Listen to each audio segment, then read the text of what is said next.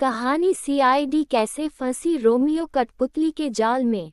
CID के मशहूर TV show की यह कहानी एक रहस्यमयी केस से शुरू होती है जब एसीपी प्रद्युमन और उनकी टीम को एक ऐसे अजीबोगरीब मामले के बारे में पता चलता है जिसमें लोगों का अचानक गायब होना शामिल है।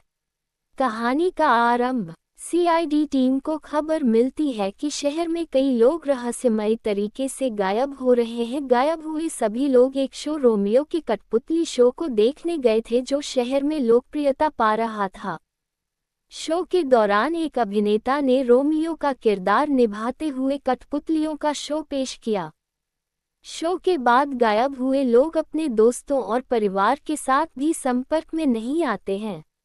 एसीपी प्रद्युमन, अभिजीत दया और उनकी टीम तुरंत इस शो के आयोजकों से मिलने सिवा फैसला करती है, लेकिन वहां पहुंचने पर वे पाते हैं कि रोमियो नाम का ये शो वास्तव में बहुत ही रहस्यमयी और डरावना है। वहां अजीबोगरीब आवाजें सुनाई देती हैं और कठपुतलियों को इस तरह प्रस्तुत किया गया होता है कि वे मानो जिंदा हों।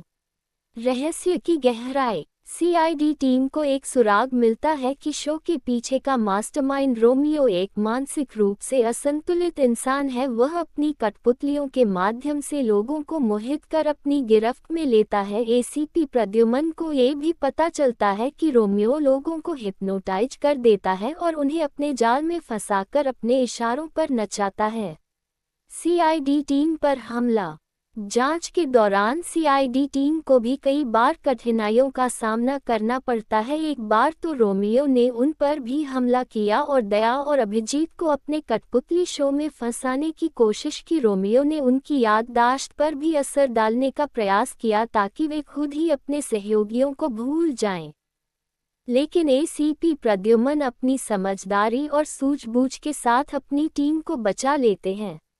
रोमियो का पर्दाफाश। सीआईडी टीम आखिरकार उस जगह तक पहुंच जाती है जहां रोमियो अपने शिकारों को छुपाकर रखता है। वे एक रहस्यमयी तहखाने में पहुंचते हैं जहां पर कठपुतलियों के रूप में गायब हुए लोग बैठे होते हैं। उन सभी लोग रोमियो के कंट्रोल में होते हैं। सीआईडी टीम रोमियो के हिप्नोटिक ट्रिक्स को समझने में कामयाब हो जाती है और दया उसे अपनी ताकत से दबोच लेता है। अंत। एसीपी प्रद्युमन के नेतृत्व में सीआईडी टीम आखिरकार रोमियो के जाल को तोड़कर उसे गिरफ्तार कर लेती है। वे सभी गायब हुए लोगों को सुरक्षित बाहर निकालते हैं और उन्हें उनकी असल पहचान और होश में लाते हैं। रोमियो अपने जाल में सीआईडी को फंसाने की कोशिश करता है, परंतु उनकी हिम्मत और बुद्धिमानी के सामने वह सफल नहीं हो पाता। इस प्रकार सीआईडी टीम ने एक बार फिर से एक खतरनाक और रहस्यमयी केस को सुलझा लिया जहां वे खुद भी कठपुतली बनने से बच गए। कहानी सीआईडी कैसे फंसी रोमियो कठपुतली के जाल में। सीआईडी के मशहूर टीवी शो की यह कहानी एक रहस्यमयी केस से शुरू होती है जब एसीपी प्रद्युमन और उनकी टीम को एक ऐसे अजीबोगरीब मामले के बारे में पता चलता है जिसमें लोगों का अचानक गायब होना शामिल है। कहानी का आरंभ। सीआईडी टीम को खबर मिलती है कि शहर में कई लोग रहस्यमयी तरीके से गायब हो रहे हैं। गायब हुए सभी लोग एक शो रोमियो की कठपुतली शो को देखने गए थे जो शहर में लोकप्रियता पा रहा था। शो के दौरान एक अभिनेता ने रोमियो का किरदार निभाते हुए कठपुतलियों का शो पेश किया। शो के बाद गायब हुए लोग अपने दोस्तों और परिवार के साथ भी संपर्क में नहीं आते हैं। एसीपी प्रद्युमन, अभिजीत दया और उनकी टीम तुरंत इस शो के आयोजकों से मिलने सिवा फैसला करती है, लेकिन वहां पहुंचने पर वे पाते हैं कि रोमियो नाम का ये शो वास्तव में बहुत ही रहस्यमयी और डरावना है। वहां अजीबोगरीब आवाजें सुनाई देती हैं और कठपुतलियों को इस तरह प्रस्तुत किया गया होता है कि वे मानो जिंदा हों। रहस्य की गहराई। सीआईडी टीम को एक सुराग मिलता है कि शो के पीछे का मास्टरमाइंड रोमियो एक मानसिक रूप से असंतुलित इंसान है। वह अपनी कठपुतलियों के माध्यम से लोगों को मोहित कर अपनी गिरफ्त में लेता है। एसीपी प्रद्युमन को ये भी पता चलता है कि रोमियो लोगों को हिप्नोटाइज कर देता है और उन्हें अपने जाल में फंसाकर अपने इशारों पर नचाता है। सीआईडी टीम पर हमला।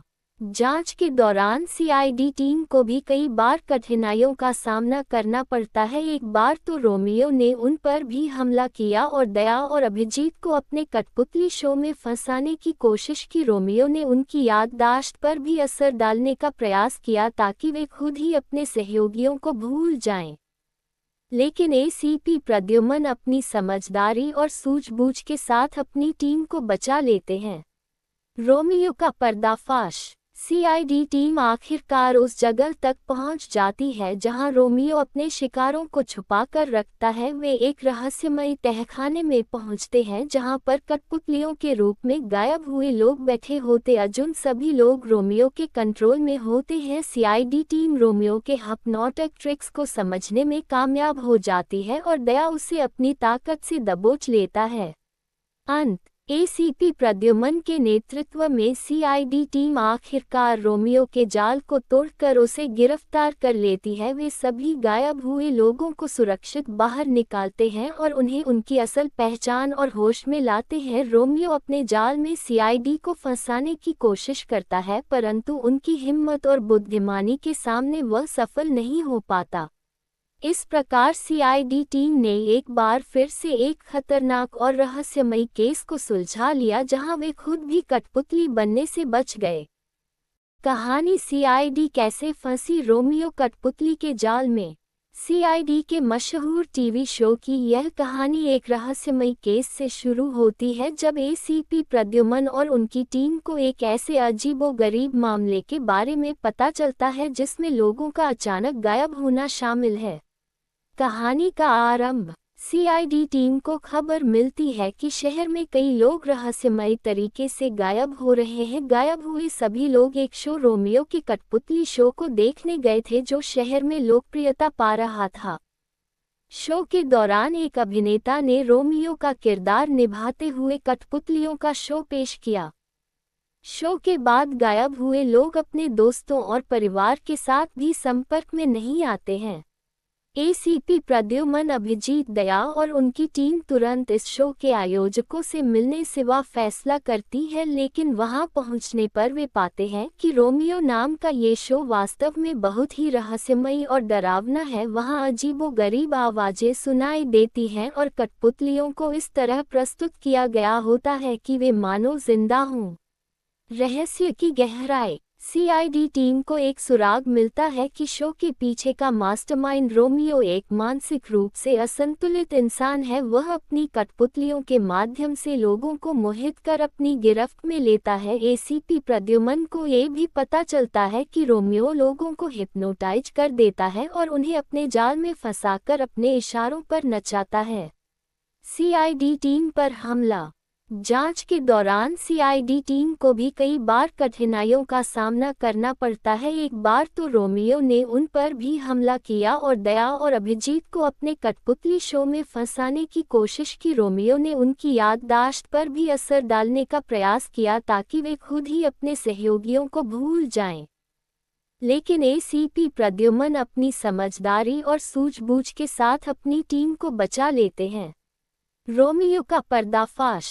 सीआईडी टीम आखिरकार उस जगह तक पहुंच जाती है जहां रोमियो अपने शिकारों को छुपाकर रखता है। वे एक रहस्यमयी तहखाने में पहुंचते हैं जहां पर कठपुतलियों के रूप में गायब हुए लोग बैठे होते हैं। सभी लोग रोमियो के कंट्रोल में होते हैं। सीआईडी टीम रोमियो के हिप्नोटिक ट्रिक्स को समझने में कामयाब हो जाती है और दया उसे अपनी ताकत से दबोच लेता है। अंत। एसीपी प्रद्युम्न के नेतृत्व में सीआईडी टीम आखिरकार रोमियो के जाल को तोड़कर उसे गिरफ्तार कर लेती है। वे सभी गायब हुए लोगों को सुरक्षित बाहर निकालते हैं और उन्हें उनकी असल पहचान और होश में लाते हैं। रोमियो अपने जाल में सीआईडी को फंसाने की कोशिश करता है, परंतु उनकी हिम्मत और बुद्धिमानी के सामने वह सफल नहीं हो पाता। इस प्रकार सीआईडी टीम ने एक बार फिर से एक खतरनाक और रहस्यमयी केस को सुलझा लिया जहां वे खुद भी कठपुतली बनने से बच गए।